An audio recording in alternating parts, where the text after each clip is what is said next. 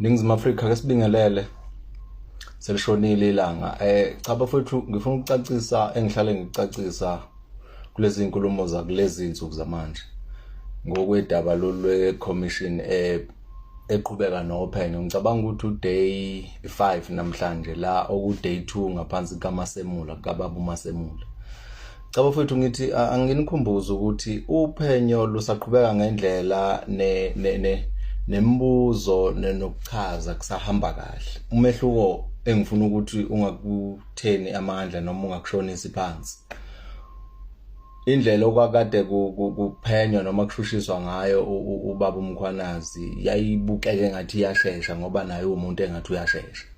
La kubaba uMasemula kusahamba kahle. Umehluko ukuthi ubaba uMasemula umuntu ophansi athi noma into ayiphendula ithi ukuthatha isikhathi, kodwa kuyiyo kusewufakazi ofanayo, kusewufakazi okuphathekayo, kusewufakazi obudinga kunabantu abazoboshwa, kunabantu abazophelelwa umsebenzi.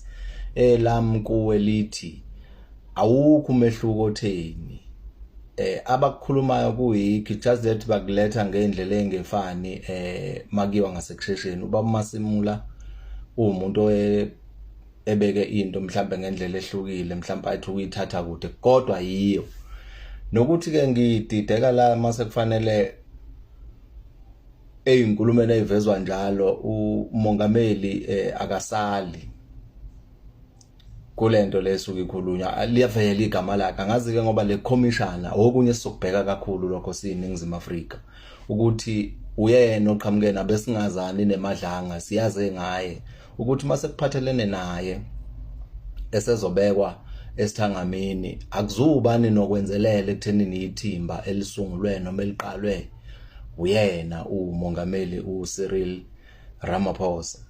Yilokho nje ngizofuna ukuthi siphani ithembe liyaphambili ukuthi lo day 5 oku day 2 ngaphansi kaBaba uMasemula. Uday 5 mahlanganisa nokaBaba uGeneral Nhlanhla Mkhwanazi. Kusahamba ngakho izinto ezisabe kwetafuleni kuseyizo ngoba kuhlanganiswa ufakazi bophenyo oluqhamuka nabashushi necommission le. Kusahamba ngakho siyathemba siyafisa ukuthi aphothulo kwakhe ubaba uMasemula kuphinde kufakwe omunye. Ngiyafisa ngoba ngiyabona uqhubeka kwale commission izosidida ingqondo ngoba iphenya nento esobala le kaBaba uSenzo iyiyo iyaphatheka ivela kaningi abantu amdibi nabo kulento baboshiwe baqalile bayaqhubeka nokuhlala eziseleni noma etolongweni. Imbuzo uthi ke yena kahleli ngoba mhlambe umuntu ofukanyelwe yiphiko lenyoni enkulu uhulumeni na ngoba kufanele ngabe naye kukhulunywa ngaye njengoba kukhulunywa okhethi oMatlali. Kufanele ngabe naye sikhuluma ngaye lapho kuleyo ndawo ngoba iyaphila iyaphatheka kakhulu into yakhe. Kusho ukuthi nje umuntu wesithathu kulabo ababili abasafakwe ejele ngokodaba lokubhozonyelwa kwezinto ze-country.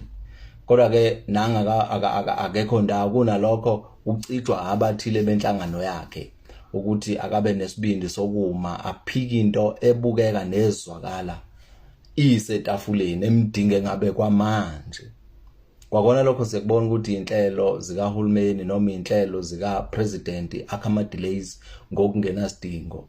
Leya committee noma lo commissioner awulethile siyazi kodwa manje sesidido ukuthi njengoba ukhuluma ngo3 to 6 months even more than leso sikhathi yini le ngake ezobe iphenywa kungaboshwe umuntu ngoba lento ithi phenywa kuhlangana ufakazi ngoba busaqoqo ungene phakathi mawuhlobene nalesi simo ukuze lento ihambe ngokusheshsha ivune thina iziyofinyelela nakuyena ubaba upresident ukuthi na imali lolivele lakho ukuthi le nkulumo yokuqedwa iPKTT basho njalo abanikazi bomsebenzi waba naso isandla noma waba nakho ukuthila ukuphawula kokwenza ukuthi naye lento uphakathi ekuthenini ingeqhubeke le PKTT yakhona.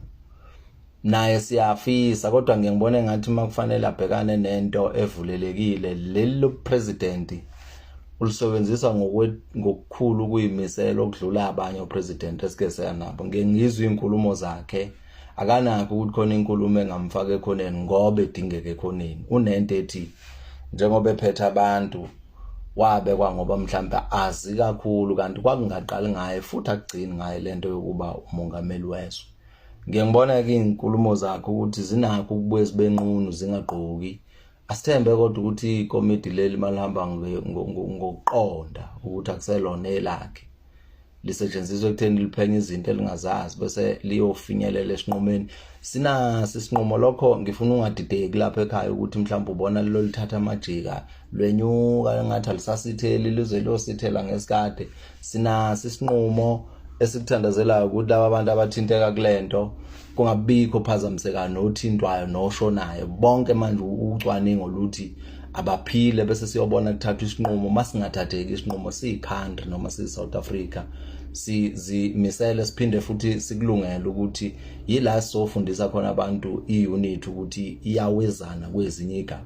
Ngiphinde futhi ngiyokhuza umkhuba ukuthi ipolitiki ngokwamaqembu onke kukhomba ukuthi lento ihlulekile ukuyilandela izithole ngoba itholwe umuntu obengaphumi eqenjini elithile, itholwe umuntu obesebenza ngokuyikhandla obuka umonakalo we-country uyoshona eweni noma uyobhukudolwa nje ngokungenhloso.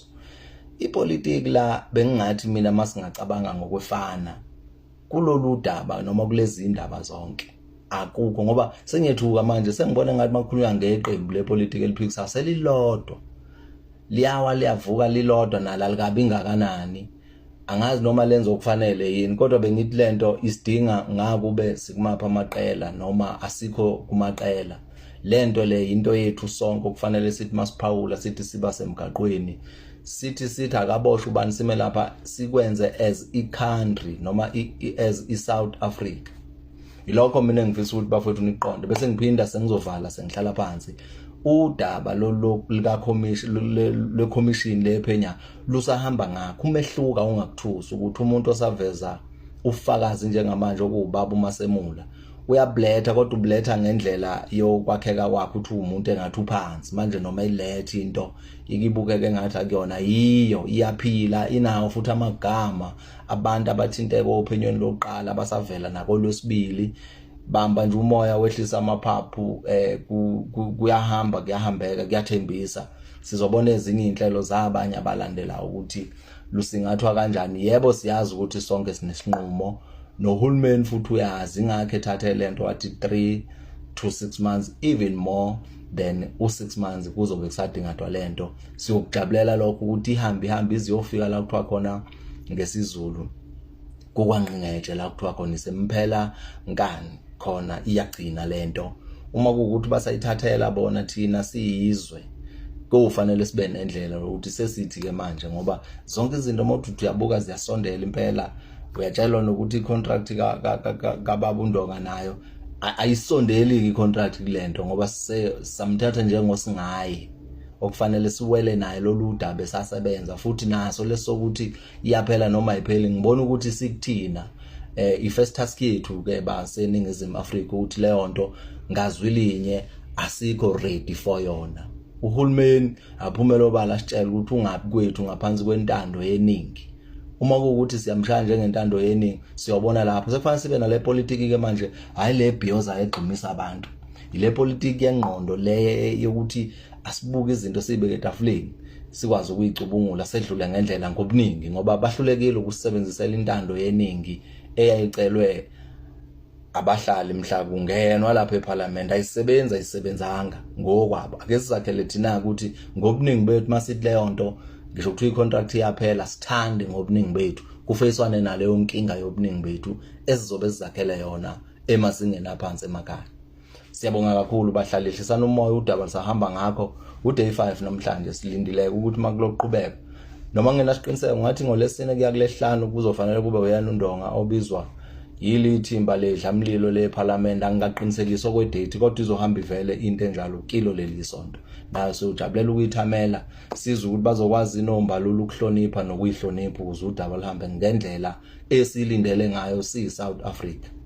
Siyabonga kakhulu bahlali.